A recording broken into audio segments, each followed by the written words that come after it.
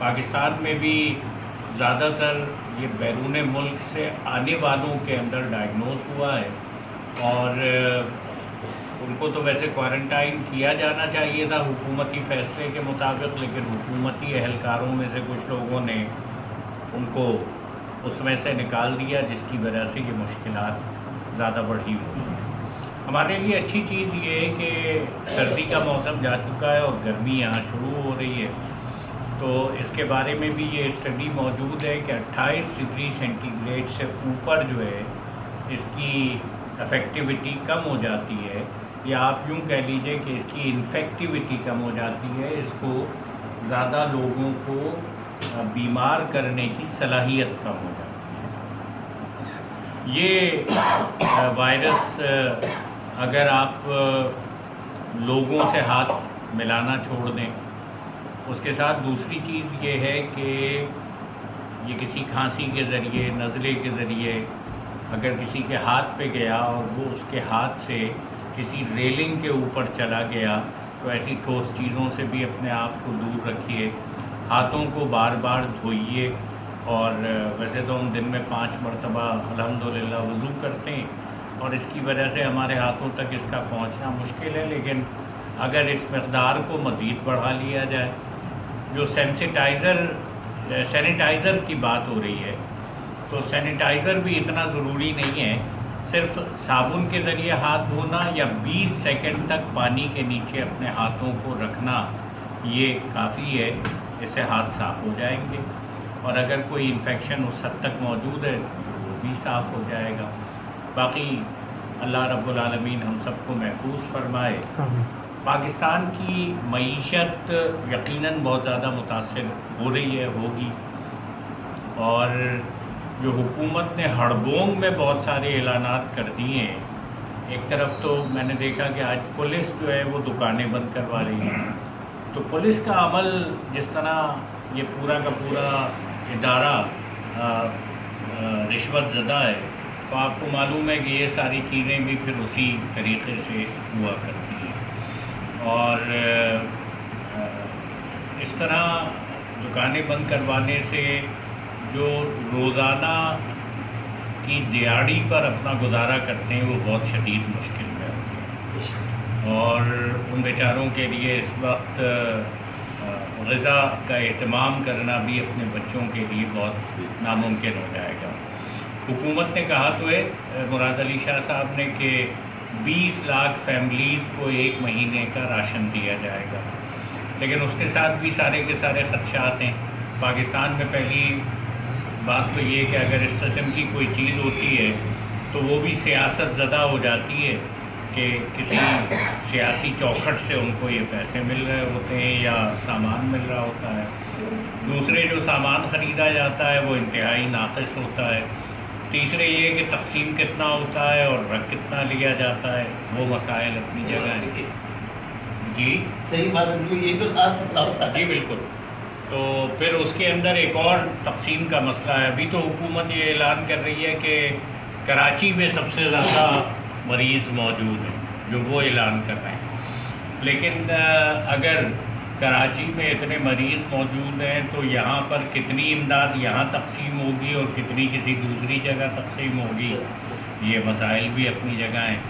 لیکن حکومتی اقدامات کو دیکھ کر محسوس ہوتا ہے کہ یہ اصل میں جو ڈالرز لینے کے لیے پاکستان میں بہت ساری چیزیں کی جاتی ہیں، اس لیے کہ کرونا ہمارے میڈیا کے اوپر بری طرح چھایا ہوا ہے، اور وہ کہہ رہے ہیں کہ 300 مریض ہیں، جبکہ ملیریا اور ٹائیفائڈ سے روزانہ پاکستان کے اندر اس سے کہیں زیادہ ختم ہو جاتے ہیں، اس کے بارے میں تو کوئی اقدام نہیں ہوتا۔ لیکن اگر کرونا کے بارے میں کوئی اقدام ہو رہا ہے، ٹھیک ہے، اقدام ہونا چاہیے۔ ہمارے صحت کی سہولیات بہت ہی خراب ہیں، یعنی 3% لوگوں کو ضرورت پڑ سکتی ہے وینٹیلیٹر کی، لیکن اگر آپ کراچی ہی کی بات کریں جو ملک میں سب سے زیادہ صحت کی سہولیات رکھنے والا شہر ہے، تو یہاں پر بھی 150-200 سے زیادہ وینٹیلیٹر تو موجود نہیں ہیں، اس لیے اللہ تعالیٰ محفوظ ہی رکھے۔ ہاں ضرورت اس بات کی ہے کہ پرائیویٹلی جو لوگ ایسے سفید پوش لوگوں سے تعلق رکھتے ہیں ان کے بارے میں ضرور پتہ کرتے رہیں، ان کو خوراک پہنچانے کا کم از کم انتظام کرتے رہیں، اور یوں تو یہ انتظام حکومت کو کرنا چاہیے۔ اٹلی کے اندر حکومت نے ہر طرح کے بلز جو ہیں وہ معاف کر دیے ہیں، اچھا، اور جی، اور انہوں نے وہاں پر جو یہ یوٹیلیٹی بلز جن کو ہم کہتے ہیں، بجلی کا، گیس کا، تو یہ تمام معاف کر دیے۔ لیکن حکومت نے پاکستان کے اندر تو ابھی تک کوئی اعلان نہیں کیا ہے۔ میرا یہ خیال ہے کہ یہ اقدامات کم از کم بھی ضروری ہوں گے۔ باقی معیشت تو دنیا بھر کی متاثر ہوئی ہے، ساری دنیا کی اسٹاک ایکسچینج مارکیٹیں جو ہیں وہ بری طرح کریش ہوئی ہیں، پاکستان کے اندر بھی شدت سے متاثر ہو رہی ہے، اور جو ممالک بہت زیادہ متاثر نہیں ہوئے ان کی بھی معیشت متاثر ہو رہی ہے۔ انڈیا جو ہے آج بھی اس کے روپے کی قدر بہت زیادہ گری ہے، تو میں سمجھتا ہوں کہ اللہ سے رجوع کرنے کی ضرورت ہے، توبہ کرنے کی ضرورت ہے، اس کو راضی کرنے کے لیے اعمال کرنے کی ضرورت ہے، اور توبہ کا مطلب جو ہے وہ صرف ایک کسی خاص وقت میں بیٹھ کر دعا مانگنا نہ لیا جائے، بلکہ کسی کو ناراض کیا ہوا ہے، اپنے والد کو، اپنی والدہ کو، اپنے بھائی کو، اپنی بہن کو، تو اسے منانے کی کوشش کی جائے۔ اللہ سے معافی مانگنے سے پہلے ذرا دنیا والوں سے بھی معافی مانگ لی جائے، تو انشاءاللہ یہ عذاب نہیں رہے گا، آزمائش ہوگی، اور اس آزمائش میں بھی اللہ کی مدد سے ہم انشاءاللہ پورے ہوتے ہیں۔ اچھا، اس میں ایک نقطہ ہے، وہ نقطہ یہ ہے کہ جو گزشتہ دنوں میں یہ سمجھ میں آ رہی بات کہ $50 ارب کا فنڈ ابتدائی طور پہ قائم کیا ہے اس نے UN نے، تو اس کے ساتھ ساتھ یہ بھی جو سننے میں آ رہا ہے کہ اس کی لوٹ مار کے لیے ہم تھوڑا سا یہاں کے لوگ میگنیفائی کر رہے ہیں، صورتحال اتنی خراب نہیں ہے جتنی بیان کرنے کی کوشش کر رہے ہیں۔ ایک تو یہ، دوسرا یہ ہے کہ کچھ لوگ یہ کہہ رہے ہیں کہ ایک اچھا موقع ہے کہ اس موقع پہ پاکستان اپنے قرضوں سے اس کا اعلان کر دے کہ بھائی قرضے دینے کی پوزیشن میں نہیں ہے، ہمیں قرضے معاف کر دیے جائیں۔ اور میرے علم میں نام تو نہیں ہے، لیکن سنا ہے کوئی سے 2 افریقی ملکوں نے کہہ بھی دیا اس طرح سے کہ ہمارے قرضے معاف کر دیے جائیں اس صورتحال میں۔ تو آپ کیا سمجھتے ہیں کہ مطلب پاکستان کو اس قرضے کی معافی کے سلسلے میں کوئی اجتماعی کوئی کوشش کرنی چاہیے، قوم کو، ہمارے رہنماؤں کو، ان میں ہمت ہے کہ کر پائیں اس بات کا اعلان، مطالبہ؟ کینیڈا نے اپنے شہریوں کے لیے $27 بلین 27 ارب ڈالر دینے کی کوشش کی کہ ان کو ریلیف دینے کے لیے جو افیکٹڈ ہیں یا جو لاک ڈاؤن ہے کسی وجہ سے، تو یہ انہوں نے ٹروڈو نے جو اس کا اعلان کیا۔ یہ جو سوال ہے جو یہ کر رہے ہیں اس کا کہ یہ موقع جو ہے پاکستان کے لیے ویسے ہے۔ تو عمران خان صاحب نے اپنی تقریر میں کہا ہے یہ، جی، اور میرا خیال ہے ٹھیک ہے، اگر پاکستان کا قرضہ اس صورت سے کہیں معاف ہو جاتا ہے تو یہ تو پاکستان کے لیے بہت بڑی نعمت ہوگی، لیکن جو پاکستان کا قرضہ ہے اس وقت وہ $27 ارب ہے، تو $27 ارب کی معافی مل جانا یہ ذرا آسان نہیں ہوگا۔ تو باقی صورتحال کس طرح آگے بڑھتی ہے، $50 ارب میں سے آپ کو اگر آپ کے حجم کے اعتبار سے چیزیں ملتی ہیں تو اتنی نہیں ملتی۔ اچھا، اس میں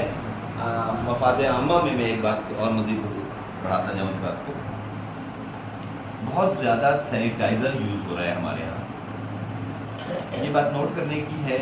صابن سے ہاتھ دھو لینا پانی سے وہ تو بہت اچھی بات ہے، لیکن جس طرح سینیٹائزر استعمال ہو رہا ہے، یہ مہینہ 2 مہینے یہ اسپرٹ ہوتا ہے، الکوہل ہے، اسپرٹ ہے، مہینہ 2 مہینہ اگر یہ مسلسل 10 دفعہ 15 دفعہ اگر ہاتھ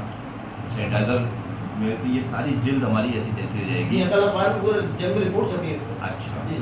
یہ اس بات کو بہت احتیاط کرنی ہے کہ ڈاکٹر بھی اس کو ایمرجنسی یوز میں لیتا ہے،